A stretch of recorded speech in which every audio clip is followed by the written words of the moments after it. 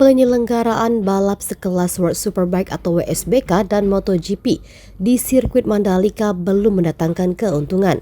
Bahkan BUMN, pengelola kawasan ekonomi khusus atau KEK Mandalika, yakni PT Pengembangan Pariwisata Indonesia atau Indonesia Tourism Development Corporation atau ITDC, dikabarkan terlilit utang hingga 4,6 triliun rupiah.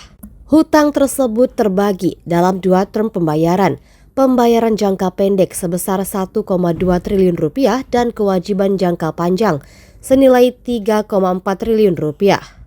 Kondisi ini menjadi satu di antara alasan PT Aviasi Pariwisata Indonesia atau Holding BUMN Pariwisata Injourney meminta suntikan dana negara melalui skema penyertaan modal negara atau PMN senilai 1,19 triliun rupiah.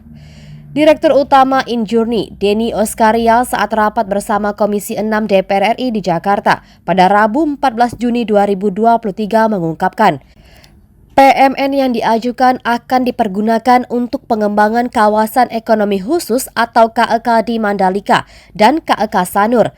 Bila dirinci lebih detail, 1,05 triliun rupiah digunakan untuk KEK Mandalika dan 145 miliar rupiah untuk KEK Sanur.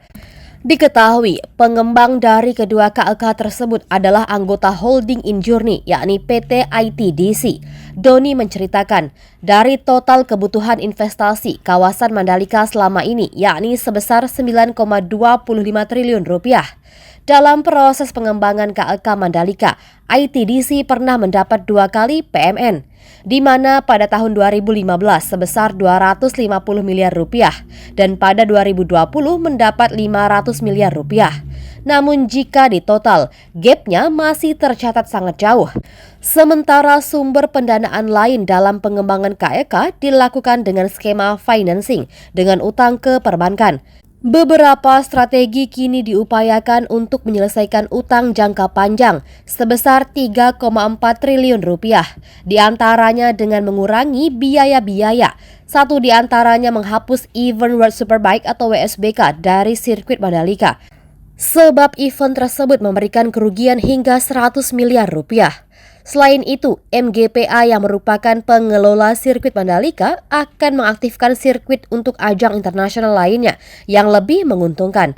Langkah lain, ITDC akan mengundang swasta untuk berinvestasi di lahan sekitar sirkuit Mandalika. ITDC memiliki hak pengelolaan lahan 1.200 hektar di kawasan Mandalika. Dalam kesempatan yang sama, Wakil Ketua Komisi 6 Muhammad Hekal mengungkapkan, Komisi 6 DPR RI menerima penjelasan dari PT Aviasi Pariwisata Indonesia Persero terkait PMN tunai sebesar 1,19 triliun rupiah yang berasal dari alokasi cadangan pembiayaan investasi APBN tahun 2023. Terima kasih telah menonton. Jangan lupa like, share, subscribe, dan klik lonceng ya.